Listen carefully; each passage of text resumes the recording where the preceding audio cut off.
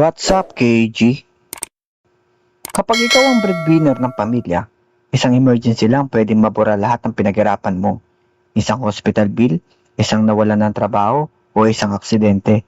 Tapos balik ulit sa zero. Pero paano kung may isang simpleng habit na pwedeng maging unang depensa ng buong pamilya mo? Pag-usapan natin. Let's go! Kung ikaw ang breadwinner, alam mo yung pakiramdam na hindi lang sarili mo ang iniisip mo. Kapag may sakit ang nanay, kapag nawalan ng trabaho ang kapatid, kapag may kailangan bayaran sa bahay, ikaw agad ang unang tatawagan. At minsan, kahit gusto mo mag-ipon, hindi talaga natutuloy. Pero may isang pagkakamali na ginagawa ng maraming breadwinner. Diretso agad sa investment, kahit wala pang safety net. At yun yung gusto kong pag-usapan natin ngayon. Hindi para takutin ka, kundi para mas tumagal ang pinaghihirapan mo. Bakit mahirap maging breadwinner? Real talk. Hindi madali maging breadwinner. Hindi ka lang nagbabayad ng bills. Ikaw din ang emotional support ng pamilya. Kapag may emergency, automatic ikaw ang sasalo. Ang problema, kapag wala kang emergency fund, lahat ng plano mo naantala. May gusto kang negosyo, cancel muna. May gusto kang investment, withdraw muna. May gusto kang bilhin para sa sarili mo, mamaya na lang. Parang bawat emergency, reset button ng buhay mo. Isipin mo, nakakapag-ipon ka ng 40,000 para sana sa negosyo. Biglang na hospital yung tatay mo. Walang emergency fund. Ano mangyayari? Malamang yung negosyo, hindi na matutuloy. Hindi dahil mali ang plano, kundi dahil walang nakahandang proteksyon. Ano ba ang emergency fund? Maraming tao, akala nila, emergency fund ay investment. Hindi. Hindi ito pampayaman. Proteksyon ito. Parang helmet. Hindi kayo mayaman dahil may helmet ka, pero malaking tulong kapag may aksidente.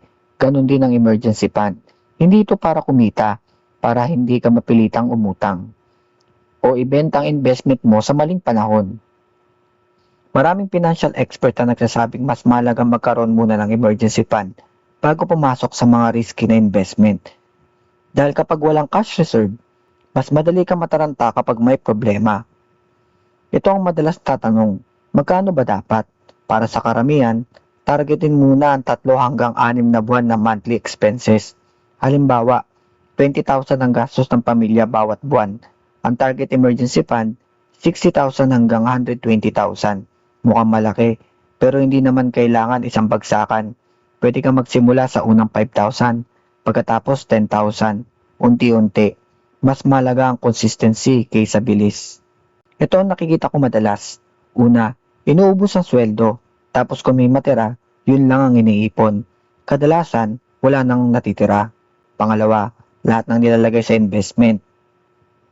Kapag bumaba ang market, napipilitang ibenta, lugi pa. Pangatlo, walang hiwalay na account.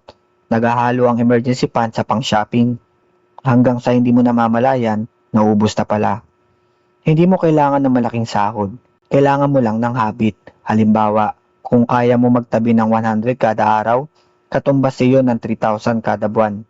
Sa loob ng isang taon, may 36,000 na agad. Hindi ito overnight, pero mas malapit ka kaysa sa kahapon. Tanong ko sa inyo, kung bukas mawalan ka ng trabaho, ilang buwan kayang tumakbo ng pamilya ninyo? Comment mo dyan sa baba. Sa opinion ko, hindi exciting ang emergency fund. Walang malaking tubo, walang viral na kwento. Pero isa ito sa pinaka-underrated na financial decision. Ang strength nito, peace of mind. Hindi ka madaling mataranta, hindi ka agad uutang. Ang weakness, mabagal ang pakiramdam ng progress. Parang walang nangyayari. Pero kapag dumating ang emergency, doon mo marirealize kung bakit importante. Kaya i-recommend ko ito lalo na sa mga breadwinner. Hindi dahil kikita ka agad, kundi dahil mapuprotektahan mo ang mga taong umaasa sa'yo. Ngayon, kapag may emergency fund ka na, mas kampante ka ng mag-isip ng susunod na hakbang. Doon mo na pwedeng pag-aralan ng iba't ibang paraan ng pag-ipon at pag-i-invest. Kasama na rin dito yung DCA o peso cost averaging sa mga asset tulad ng Bitcoin o iba pang investment. Pero tandaan, may kasamang risk ang mga ito at hindi ito guaranteed na kikita ka. Mas maganda itong gawin kapag hindi mo na kailangan galawin ang pera mo dahil sa emergency. Emergency fund muna, saka investment. Mas matibay ang pundasyon. Hindi mo kontrolado kung kailan kaharating ang emergency, pero kontrolado mo kung paghahandaan mo ba ito. Hindi kailangan ng milyon agad, hindi kailangan malaki agad.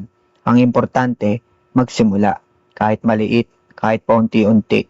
Kung may natutunan ka sa video na to, i-share mo rin sa ibang breadwinner na kakilala mo. Baka ito yung maging simula na mas secure nilang future. At kung gusto mong pag-usapan natin ang ibang paraan para sa pagbuo ng ipon, TCA, Bitcoin at iba pang financial habits para sa mga beginners, abangan mo ang susunod nating video. Game on!